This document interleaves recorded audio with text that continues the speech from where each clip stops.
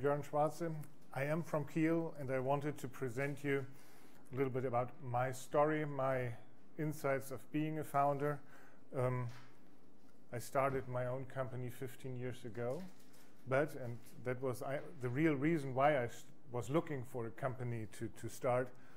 I was back in 1999 with the Fachhochschule-Kiel in Chicago, and I got the opportunity of real hands-on work inside the venture capitalist world of the US, with traveling from startup to startup, getting pitches from all the different founders. And I thought, wow, this is the way you can change things without being stuck in a big environment. That was the initial idea when I was asked to come here. We had the discussion about, should Ruckus be talking? I think this is on your agenda. I'm sorry for Ruckus. They didn't make it on time. I don't know why. We had a lot of fun. I'm sorry for that, why it isn't working, but flights sometimes are late or so. I have a much better version. We have the opportunity of talking to Jennifer Stojkovic. Correct pronunciation? Stojkovic.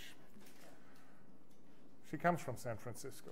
She, if you know Divish, you've heard it, she's representing the startup, the software, the San Francisco company, small company area, for San Francisco. She is here visiting us with the delegation, and she will give us maybe an even better view than I can do about what's happening on the other side of the Atlantic Ocean.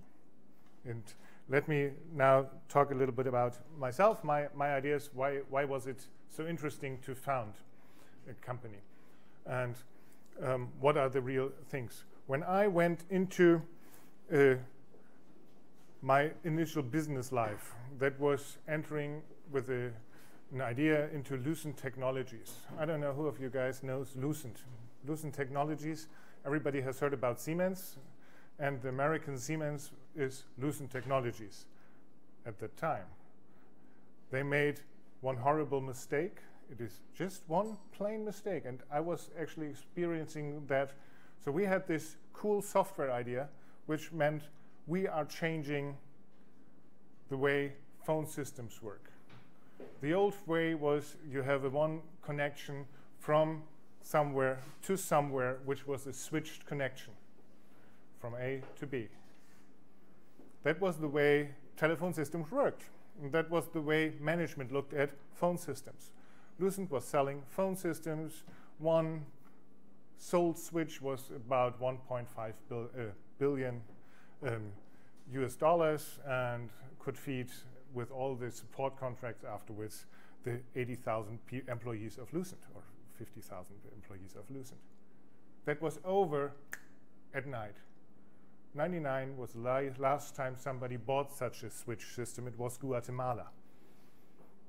We were still discussing. And we, in the software part of the business, said, this will all change. This will all be SIP. This will be all just based on packet transfer. Cisco was moving into that market at that time very fast about voice over IP, all the new technology about transporting voice and setting up phone calls. Lucent was ignoring that fact. We were knowing that they're ignoring that. We were even presenting, not me, my bosses were presenting in front of Rich McGinn, at that time CEO, and they ignored it. And I was thinking, hey, how can you make this mistake not again? Or if you know something like this, why are you dependent upon the big guys who are deciding for you? Inside a venture group, we were looking for new ideas in Silicon Valley. That was my first way. 2000, we traveled to Silicon Valley looking for new solutions. So at that time, everybody realized inside Lucent, okay, we need new businesses because we have lost major parts of the business to Cisco at that time. We moved there, and I've met, I don't know how many garage companies. If we are thinking about garage, or the way that were these single flat buildings where you can walk in and then you met 5 to 10 companies at one space, and they had all little office space. Look around here. When I walk inside here, it's my way back into 2000 when I say, here are many companies with cool ideas, which are, trying to find the market. That was exactly when we entered into this market about, remember, who knows WAP? W-A-P. The first idea of having pictures on a cell phone. We wanted to do location-based advertising. E911, the similarity of 112 in the US, location-based. Each cell phone needed to be located on a 30-meter level. We wanted to do location-based service. In 2000, nobody was willing to take this idea. So the startup, which was at that time completely in a small niche where nobody was looking at, but they were already thinking this idea. Fast forward, 2016. What is my business today? I have a Wi-Fi network all across the city, and I'm thinking about location-based advertising on a screen, because now suddenly there is a smartphone where we can do location-based services if we want to, and we can think about what are the services.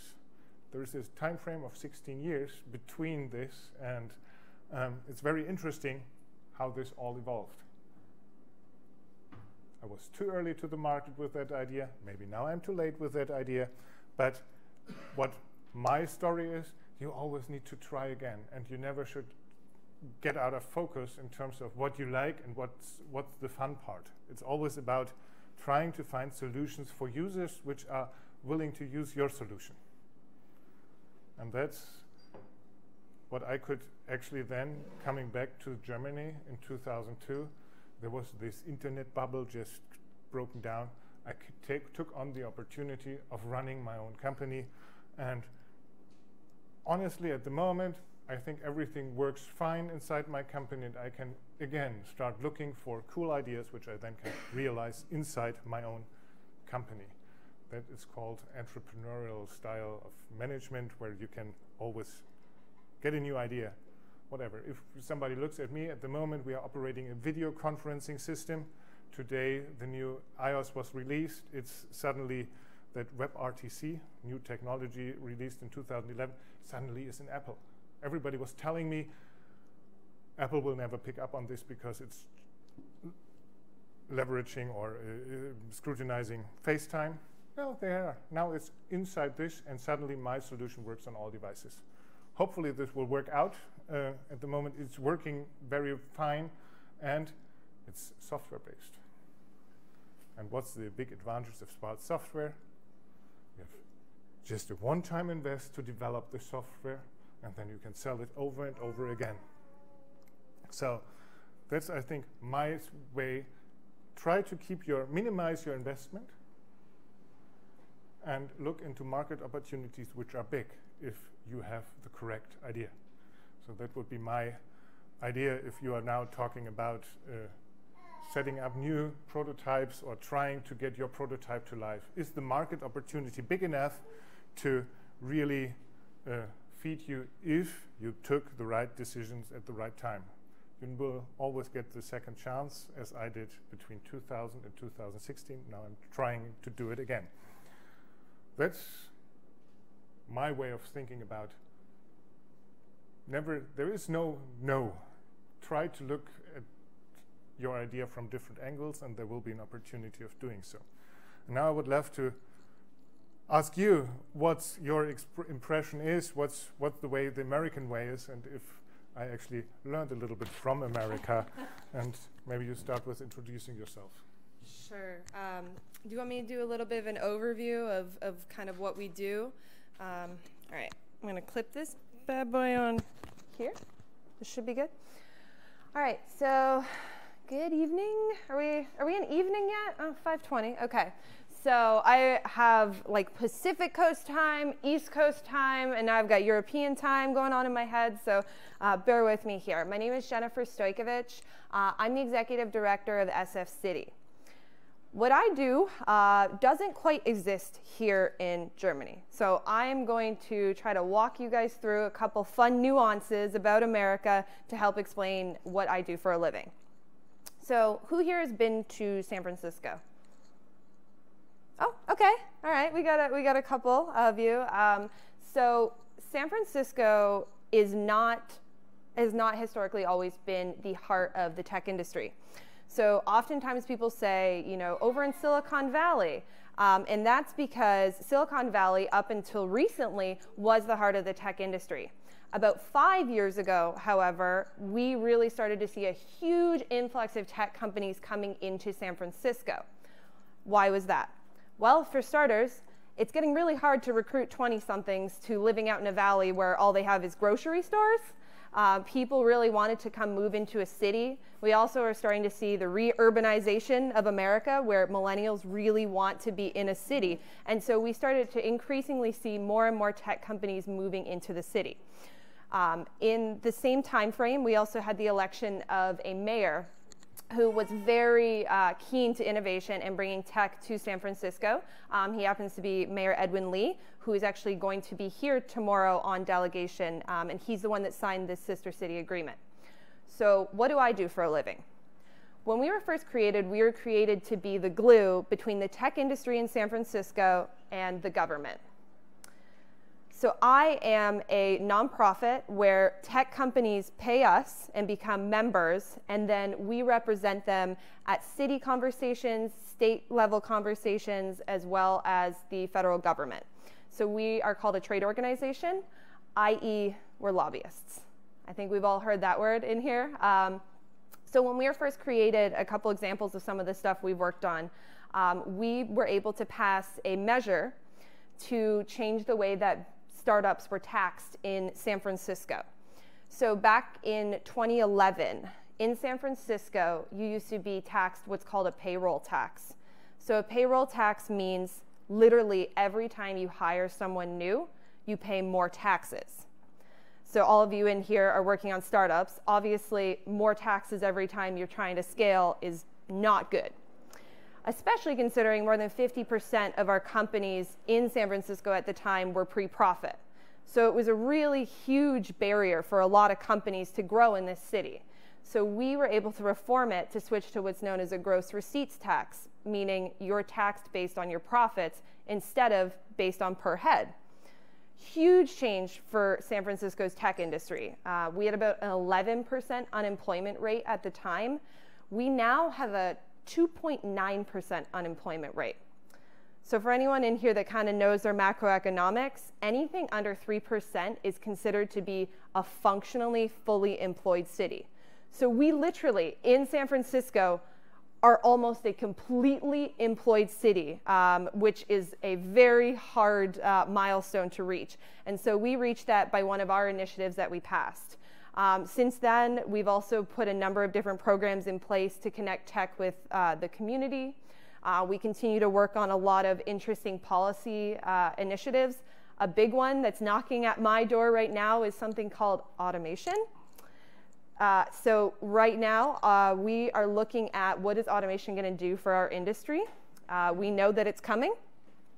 47% of Americans are at risk of having their jobs automated. What are you going to do about it? And so that's a policy we're working on right now. We're trying to figure out how we can put together legislation that addresses that. A couple examples of what that could look like. If you hire a robot or build a robot or buy a robot to do a job of a person, and then that person loses their job, well, who's paying taxes? Who's paying for this person? What about all these taxes that the government was expecting to collect off of this employee? These are really big topics right now going on in San Francisco, and it's going to be happening here as well. I'm sure you guys have started to discuss it, but we're really on the brink of our new industrial revolution. It's the automation revolution. And so focusing on what we can do now as Americans to prepare for this is going to be a huge, huge issue with the tech industry. Why with the tech industry? Because we're probably going to be the ones that automate the most jobs. Quite frankly, that's just how it is. And so we need to figure out now, what do we do about that? So we're working very heavily on retooling curriculum. so that our schools are teaching people the skills they need. We want to get coding passed as a language, so you can learn French and Latin and all kinds of languages that you might not ever use, but you're not learning programming right now. So that's a huge one. We also want to put a ton of investment into adults being retrained. So figuring out how to remove barriers from people learning how to get into those coding jobs. A big thing that we're going to be working on this year is creating tech apprenticeships. So like a mechanic can go apprentice for a year to become a mechanic. We want a developer to do the same. And then, lastly, figuring out how companies can be incentivized to work on this. Can we put grants in place for companies that create these jobs? Do we put penalties in place for companies that get rid of these jobs? What's this going to look like? So as you can see, in San Francisco, they like to really be ahead of the curve when it comes to a lot of the laws and interesting policies going on. We're looking at stuff from a very macro perspective rather than focusing on the next few years. We're trying to look at big demographic shifts. San Francisco likes to be the place that does it first. There's been a number of laws passed in San Francisco that were the first in the world and certainly the first in the US. And so they want to continue to be on the curve there. At the same time, we want to make sure if we're going to be the first, the early adopters when it comes to these policies, have we really thought it through? And so that's the kind of stuff that I work on a day-to-day basis, is figuring out how we can make thoughtful, collaborative policy with the city, with the state government, with the federal Trump administration. It's like, it still hurts a little bit to say, we still are saying the president, because nobody wants to say it. But yeah, so that's kind of what I do in a nutshell. And I guess if you want to come back up here, we can kind of chat a little bit and pass this bad boy back and forth. Okay. Coming back to my thoughts, great what you told. I really just can appreciate you are really ahead of the curve. I think we have election time in Germany and nobody is really talking about setting up taxes for robots at the moment, even though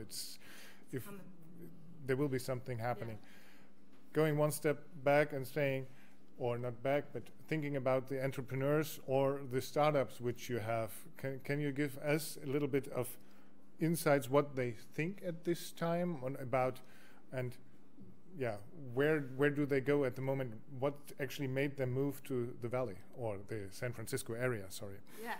See, that's the big correction, is it's not the Valley anymore. We've got it all going on at San Francisco. So we have over 2,000 tech companies in San Francisco. Just a small little nugget. Another thing to consider, San Francisco is less than 900,000 people. It is a very small city. It's a very small city with a very big name. Many of you in this room probably had no idea there was less than 1 million people in San Francisco, because all you do is hear about it constantly and you think it must be the size of New York, but we are tiny.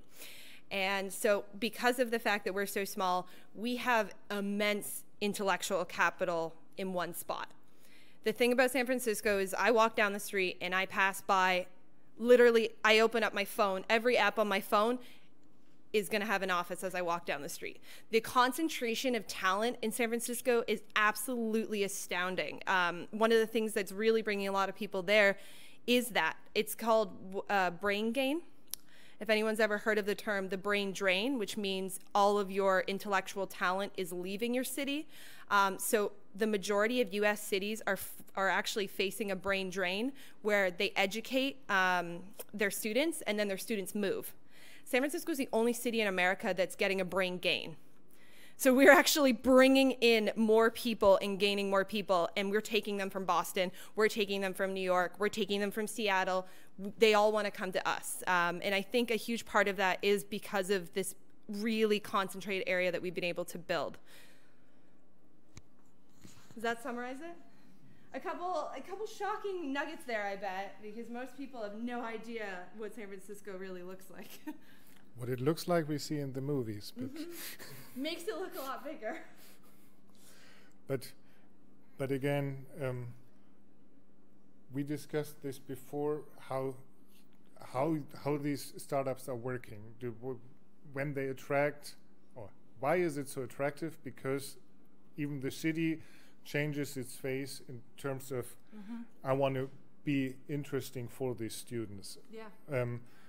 As we are having here a lot of people who want to set up a new business, or at least want to find out what's required. Can you give us some thoughts on where do you think these people should look, or how they user-centric should look like?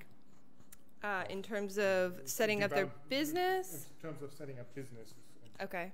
So you guys are in a Kiel's in a really, really unique position in the sense that you have a ton of universities. And that actually is where we're losing a lot of people in San Francisco, is to these college towns. Because what's happened is we're a very constrained city physically. We're on a bay, so we can't move out. A lot of cities can just sprawl out. We can't. We can't sprawl. And so housing and income or wages have become extremely high in the city. And so increasingly, a lot of people are moving to areas like this. I think you guys have a lot going on here in Kiel specifically. We also have this in Austin, Texas. If anybody's familiar with Austin, it's quickly becoming a very large tech hub. We also have it even happening in smaller degrees in Nashville as well. There's a number of US cities that have very strong college populations that are starting to pull people away. Because what you have is you have proximity to large city centers. So you guys, for instance, have huge proximity to like Hamburg, and Germany in general isn't very, it's not a huge country, so you can get to the city center pretty easily. You also have a huge amount of intellectual talent. You guys have a lot of brains in one spot, and you have a very low cost of living. And that's what a lot of tech companies are actually starting to do. That's something that we can't boast with anymore in San Francisco. We could have a few years back. We certainly could have 10 years ago, but now we're seeing a lot of these college towns starting to build. And you guys are sitting on a lot of assets here that you might not even realize. So as you guys are setting up our new smart city, or at least want to have a couple of ideas worked on or trying to set up prototypes, I think I would love to open up the discussion of maybe getting some insights from us, or especially from you. What are your things? What's on your mind at this moment? So is that correct, Axel? Yeah. Any questions you have about San Francisco and the tech industry as well? Fine. So I asked myself, who are those guys who are founding all the startups? Who are the guys with the venture capital? Actually, because as I mentioned, in Germany there are not those guys. So we have very conservative capital investors, and it's a big problem, especially if you start your business. So there are lots of scholarships and stuff like that. But if you want to grow that, so if you want to scale it, so if you're angel in your seed rounds, we have this problem everywhere. So if you're not rentable if you're not streaming revenue after 3 years, so you die almost. So as we asked to repeat the question, it's the question about where does the venture capital come from, and what is what's the network which is in place in San Francisco? Maybe you can expand a little bit on that. Sure. So San Francisco and the Valley is the birthplace of venture capitalism, as you guys probably know. My board chair is a man named Ron Conway. There's got to be a couple people in this room that know that name. He's a billionaire investor that created the concept of angel investing. So his specialty is swooping in when they're tiny and taking a huge chunk of them. And that man owns a huge chunk of a lot of things. He's got your Dropbox, he's got your Facebook, he's got your Airbnb. Turned down Uber because he said Travis was a word that I won't repeat here, but he told us that 4 or 5 years ago, that's how he thought that guy was acting, and then we saw what happened there. So, there just quite frankly is a lot of investors in San Francisco and in the Valley. We also have a lot of accelerators and incubators, and now a lot of co-working spaces. So if you guys are familiar with Y Combinator, do you guys know Y Combinator? It's one of the largest incubators in the world, pretty much. Airbnb came out of there. So we actually have a lot of incubators and accelerators, and they have partnerships with the venture capital firms. And so it seems like what you guys have here is you've created the incubators, and you might even have a bit of the accelerators, but you don't have the partnership with the VCs. That seems to be what's missing. And that's something that's really different in America, is we're very capitalistic, as you guys know. And so historically, people have been a lot more risk-oriented, I think, in the US. And so, you know, ever since the 80s, we've had a pretty large VC firm, and they all connect with these incubators. And most of them sit on the boards of those organizations. So, thinking about setting something up like this, thinking about setting up a network of VCs, I would love to have your thoughts on, is it possible, what is actually required? I looked into the story about San Francisco and how this all got rolled out. It was a lot of government money which was initially placed on it. And now it's already the initial, the real founders, the old founders are now VCs. yep. They earned their money. Elon Musk has his money from a different venture which he has done before. And so are there any insights on how to set up such a rolling, self-fulfilling prophecy? The only story which I know in Germany actually are the Samwer brothers, so Rocket Internet. That's the only way where this has been working so far. Honestly, I would say reaching out and looking at what some of the other incubators and accelerators are doing in your neighboring countries. That's probably a good way to see, because I know that there's European investors. And what's unique about you guys being in the EU is that you probably have more than just Germany to look at in terms of who's available.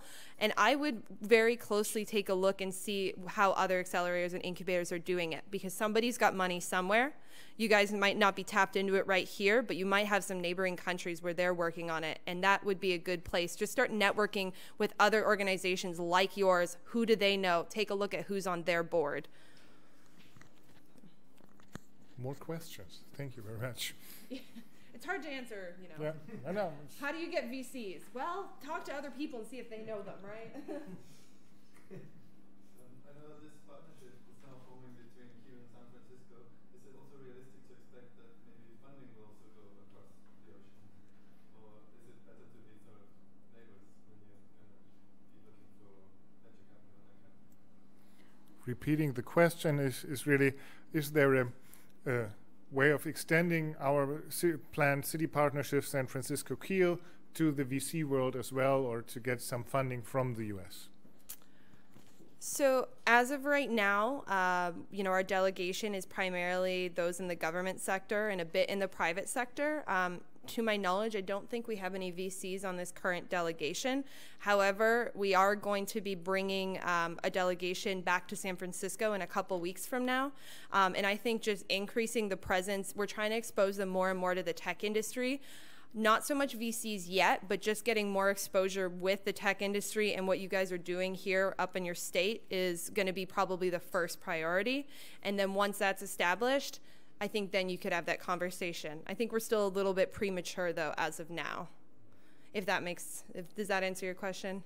Unfortunately, I would love to say, I've got 10 VCs that are on a plane right now, but I think we're just not there yet. Where I would love to answer that question. Yeah. I think we need to be prepared for this opportunity, because I think they are hunting for cool ideas worldwide. Yeah. If you are actually able of setting up a cool business idea, you can do this here. The one thing which we need to address, and that's, I think, the real problem which you can help us. I'll try. The speed about development. If there is an app yesterday in this Shark Tank, the German Shark Tank. So what is that in German? Höhle der Löwen. I'm not gonna repeat that. No. Something with lions. What's a? Oh, Lion's Den. Yeah, it's like Dragon's Den. Yeah. So. Actually, one of my former professors was one of their investors on Dragon's Den in Canada. Ooh. So hello, everybody. So there was you probably have seen it. Somebody has a cool idea about car sharing, And these investors basically say, no, it's too expensive. Okay. It's in terms of, we don't get the next round of funding, whatever story is behind, but this has happened to a lot of ideas already. So that's where we need to have some outlet, some idea of talking to you, maybe just being able to attach the next hurdle in order to jump across it and be in front of one of the VCs, maybe from the Valley. So that would be my question, or that would be something great if we can extend that. So for starters, whoever said that car sharing was a bad idea is a loon. Tesla is going to be launching car sharing as soon as they come out with their Model 3s, which is going to be in 2018. We also have GM now does car sharing in San Francisco. You guys don't have it here yet. Car sharing is the future. We are no longer going to own cars because, quite frankly, what's going to happen is we'll wake up in the morning, they'll pick us up, they'll self-drive us to work, we'll get out of the car, and then they'll go pick somebody else up. So car sharing is absolutely the future. I don't know who those VCs were. Sorry if it was anybody in the room. Full disclosure, my husband runs a car sharing company in San Francisco. So in terms of, getting over that hurdle, there is a lot of ways that you can get your product out there on the internet now. A lot of people, that's where, Kickstarter and GoFundMe and, Indiegogo kind of got their stronghold in the last few years. A lot of people are increasingly going online to get their startup funding. Obviously, that's only good if it's like $20,000. If you guys need a significant amount of funding, you're not going to get it all from aunts and uncles, but that's one area that you can go to. You can also, try to build up a stronger presence and outreach online. Just because an investor says no to you doesn't mean that you can't increase your exposure on the internet to other places to see if you can get into other doors, especially given the fact that you're in the EU. You guys should not look at your borders as your stomping grounds. You guys have all of Europe that you can take a look at. It doesn't have to only be in Germany. And I see that a lot. Canadian companies are increasingly getting American investments and vice versa. Toronto in particular is becoming one of the biggest places for people in the US to invest their money, and that's in Canada. And if you told me that 5 years ago, I would have been completely shocked. Having been from Toronto, we did not see American money until pretty recently. More just recently, I heard a guy, I think it was a journalist from America, saying that Germany doesn't need to be afraid for America because we have something here that America doesn't have. It's called the Mittelstand.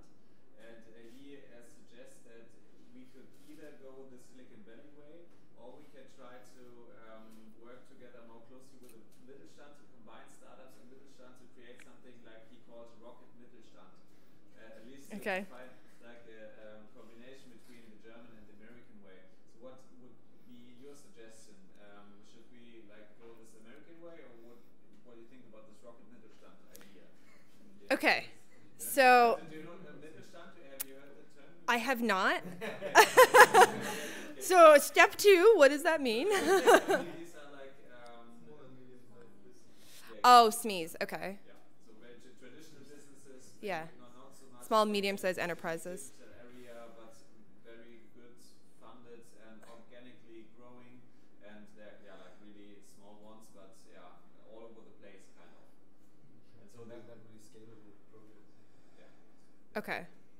As opposed to, so your question is, should we try to grow more small, medium-sized businesses that are not destined to become startups versus trying to make the next billion-dollar idea constantly, basically? Yeah. Okay.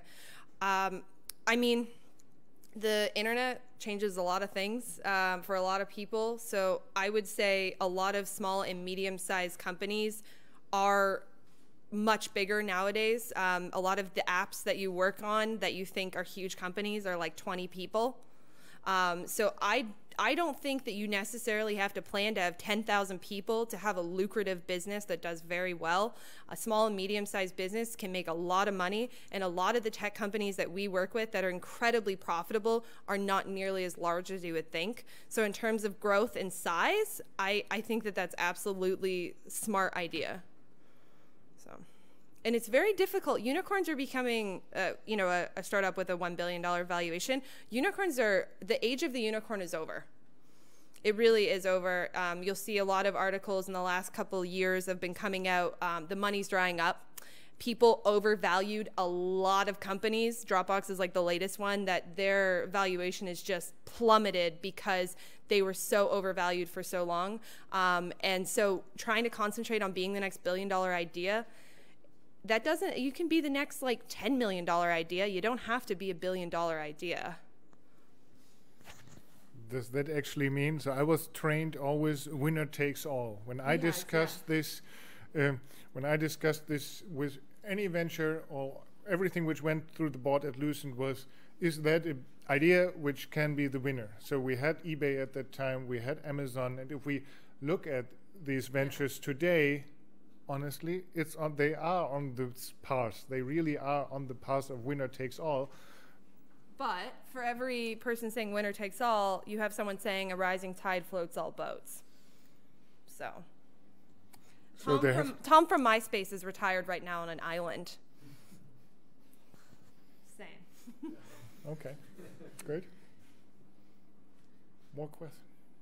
Yeah, you mentioned the importance of education, and of course, in Europe we have also a lot of challenges in this field because of too big class sizes, perhaps the challenge of how to integrate digitalization in education. Yep. You have actually a lot of money out there, so you could imagine that, especially in the field of public education, there should be a lot of initiatives. How do you see that area between private education and public education currently in San Francisco? Maybe you want to repeat that question? So we're talking about how we see a public and private partnership come together to revitalize basically the education system and modernize it. This is actually a great place for my organization to shine. And so we actually created a program that was called Circle the Schools. It was created 3 years ago. At the time, San Francisco's Unified School District had very weak corporate volunteerism. So essentially what would happen, and I'm sure you guys have seen it, Twitter would swoop in and they'd say, we're coming to do our day of action, because they have one day of action a year. And they would spend all this time and money to go paint a mural on a wall. And they said, look, we helped the elementary school. Painting a mural on a wall is not helping an elementary school. If an elementary school needs to modernize and get tablets in the classroom and bridge the digital divide, painting a mural once a year is not going to do anything. And so we recognize that, and we created a program where we partner up a tech company with a school in San Francisco, and they work with them year-round. Every single tech company is different. They all have different resources and assets, and every school is different. You know, some schools have really poor infrastructure. Some schools are in, you know, more poor neighborhoods. Some schools have a high English learner population. And so every school is different and every company is different. So we created this program where they develop the partnerships themselves. When we first created it, we had 6 companies test pilot it the first year. The second year, we had 50 companies all across San Francisco. So half of San Francisco's school district had a Circle the Schools partner. So we've got Salesforce and Dropbox and Yahoo and Zynga and AOL and all kinds of tech companies, and they all have a long-term school partner where they do work with them. Just to connect with you guys, Munich also now has the Circle the Schools program. It was launched last year. So we have expanded it internationally. Our companies loved it so much, they said we should do this in every city that we're in. So Salesforce is now doing it in Munich.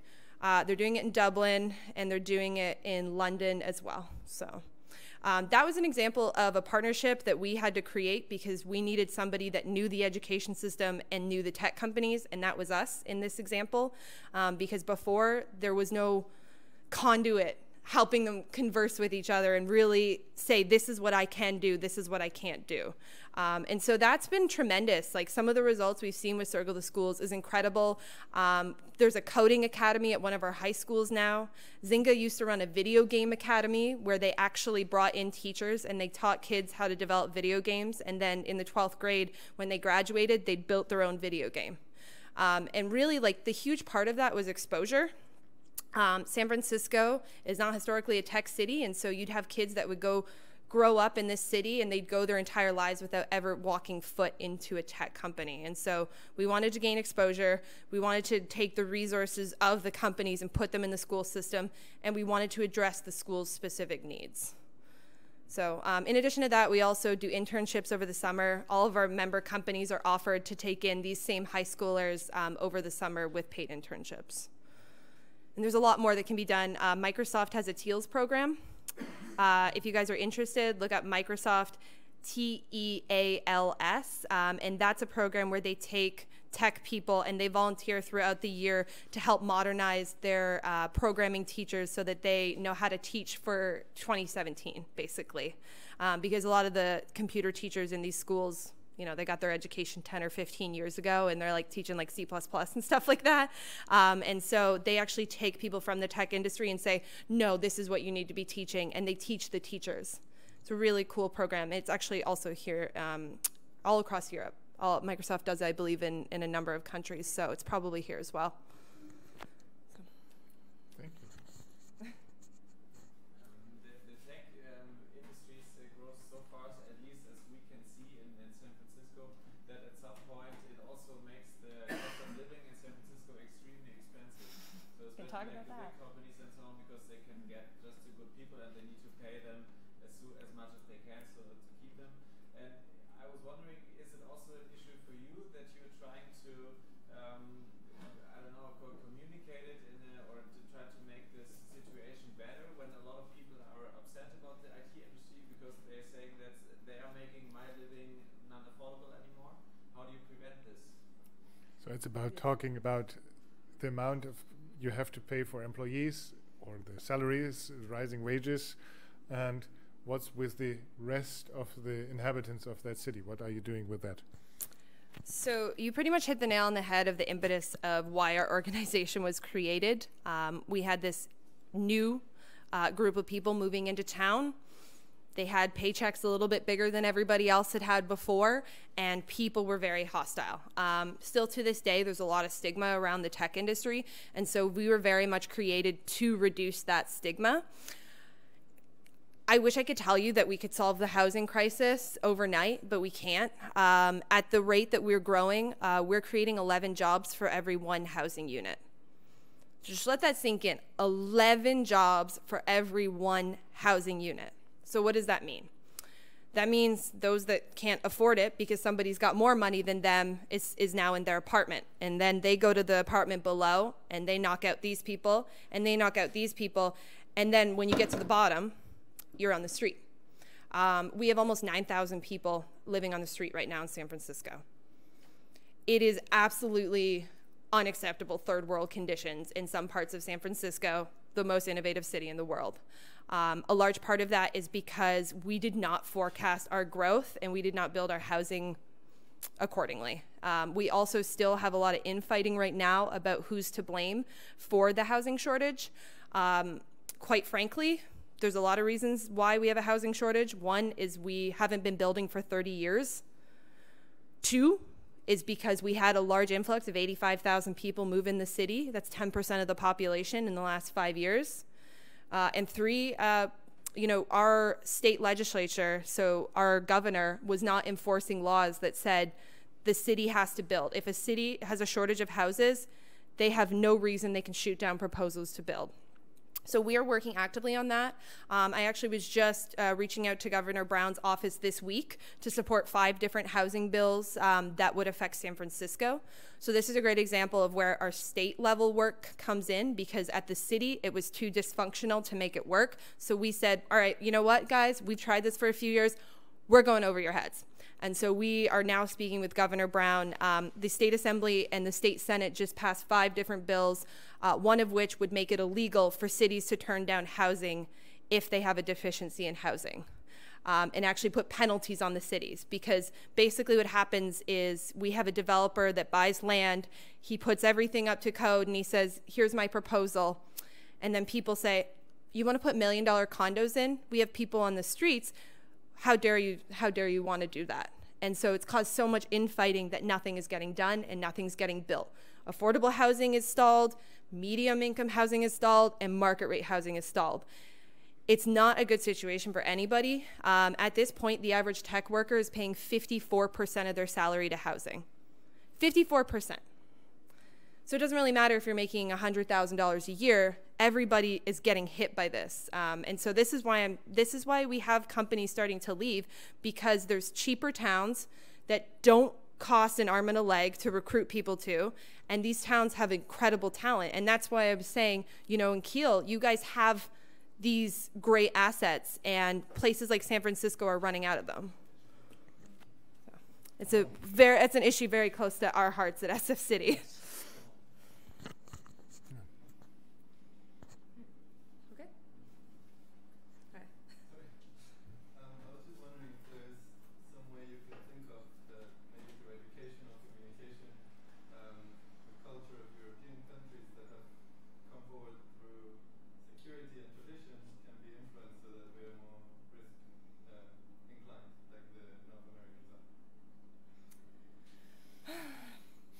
You've got expertise too on this one. This is tough. That affects the young people coming up with ideas, the more established people giving capital, and just every day. I'm thinking on that. Maybe you take.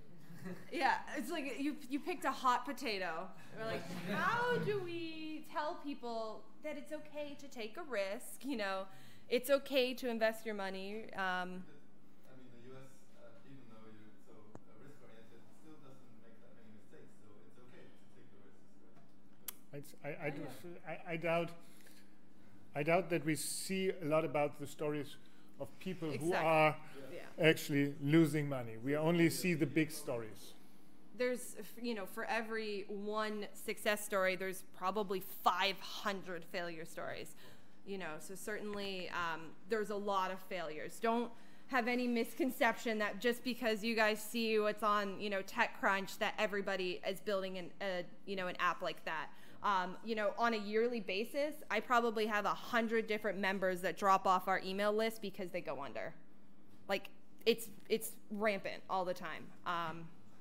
What I do think is the real difference about the way of thinking about it, the risk of failure. So if you have a failure in the US, it's like, hey, this guy knows what he is not doing the next time. It's a badge of honor. It's a badge of honor. Here is, oh, this guy has already failed. So I've been in Germany and I've seen friends fail.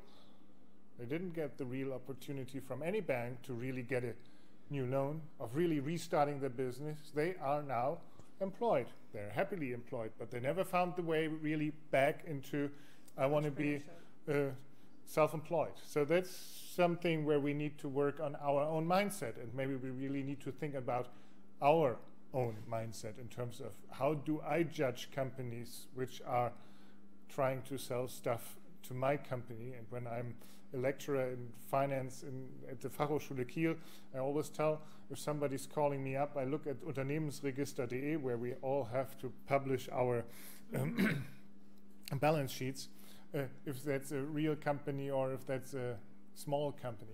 It's a real mindset which we need to work hard on about changing. Unfortunately, I'm from Canada, so we're kind of like the middle ground. We're like where Europe and America met in the middle and they had a baby, and that's like pretty much what Canada is. Come on, guys. That's like the best example I can give you. And we've got that prime minister that everybody likes. So, you know, honestly, I watched my husband's best friend founded a company called GrooveShark. GrooveShark had over $40 million in revenue a year. It was a music streaming company. And I also watched Universal come and seize their assets and close their business down. They got Napstered. And that is everywhere. I wish I could tell you that I can give you the answer as to how to change the culture, but there's a lot of failure in America. For every success story, there's a lot more failures. And, you know, you just have to don't take it as a failure, take it as a lesson. You know, don't be afraid to be bold, and honestly, market yourselves beyond just where you are. you've got the internet at your disposal. There's no reason why you can't be getting out there beyond just your peers, beyond just the network here, because somebody might not care here, but there might be another country where they are interested in what you're doing. That was true with Grushark's case. Latin America was their biggest business there. They had America and they had Latin America, and that was like where the majority of all their funding was coming from. And they had certain continents that did not care at all for what they did. And so there's a lot of people that make a lot of their money off of different markets and not their home market. So, you know, think outside the box and think outside the borders. So, all right, cool. I think we are fin? Yeah. Okay. I hope that was helpful. Gave you an inside look at San Francisco. All right. Thank you very much. Thank you. We would like to say thank you for your presence with two local products of startups that are located here actually. Oh, cool. So that's a quite traditional way. This is like a new craft beer that is brewed here. Oh, so cool. one for you, one for you. Thank and you. this is also quite new. This is actually just also close to prototype. It's called a Starbox. Okay. It goes via augmented reality, and you can put your Android phone on top of it. Yeah. And if you see It's like then the Google in the Cardboard. stars, yeah, then you can see how the stars are named actually, and you see all the different cool. kind of things over there. That's so awesome. it's quite nice, and we will send you then the email where you can find the way to download it on the App Store. Yeah. And then you will find a way. But Cool. Just a nice present for you. Thank you. Thanks again. That's for very sharing. cool. All right. Thanks, everybody. Great. Thanks.